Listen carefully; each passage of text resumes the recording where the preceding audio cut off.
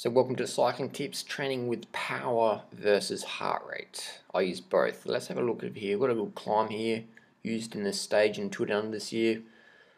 Quite a popular climb.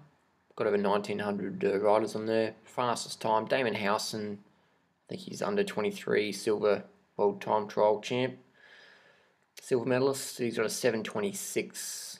He's got no power there. The lightning strike indicates someone using a power meter. Second place, Thomas de Ghent, Tour de France rider. Ben Hermans rides for Radio Shack. And we've got a few other domestic pros here. Francais de Jure rider, Jussi. And here we have Vegan Boy, Banana Boy, with a 758 there with a 372 watts at 63 kilos. We're going to have 5.88 watts per kilo. But if you look at my heart rate, it's not very high at all. I've held that heart rate for almost an hour and a half in a half marathon. So training by heart rate isn't very accurate at all. And let's break it down. Let's break it down, shall we? Break it down. So we're going to go to power. We're going to have a look at here. So this is approximately the corkscrew climb.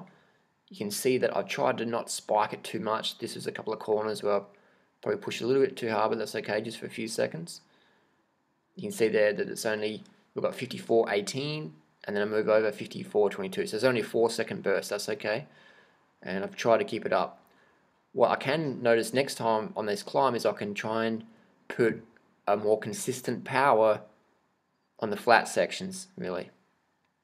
I was, so you can see there we have a 12-second drop from 446 down to 273. So I could have been a bit more consistent on that flatter section, just focus a bit more pedaling instead of trying to recover. That's often the mistake you make when you hit the flat section. You try and recover, but you really want to keep the power even. So we can see that variation there. So we average about 370 watts. So there was no spikes. There was nothing too crazy. It was pretty good pacing, and which just makes it easy when you've got a power meter on there. Now let's have a look at heart rate. What's heart rate going to tell us? See, I've already started the climb, and my heart rate's only 157. And as we go along, it's taken me 8 minutes to get my heart rate right up there. Now, by the time my heart rate peaked, I'm already starting to go down the hill. So 186 is, I can hold that for at least 20 minutes. So we can see that training with heart rate isn't very accurate because it takes a while. In my case, it took me 8 minutes to really get into my zone heart rate. 8 minutes. The climb's already over. So heart rate shows you how your body is responding to the power you're putting out. Power, on the other hand, shows you what you're actually doing right now. In the last few seconds, it shows you what you're doing right now. So power versus heart rate. Power shows you what you're doing. Heart rate shows you how you're responding to what you were doing. Does that make sense? So it's a bit like cooking.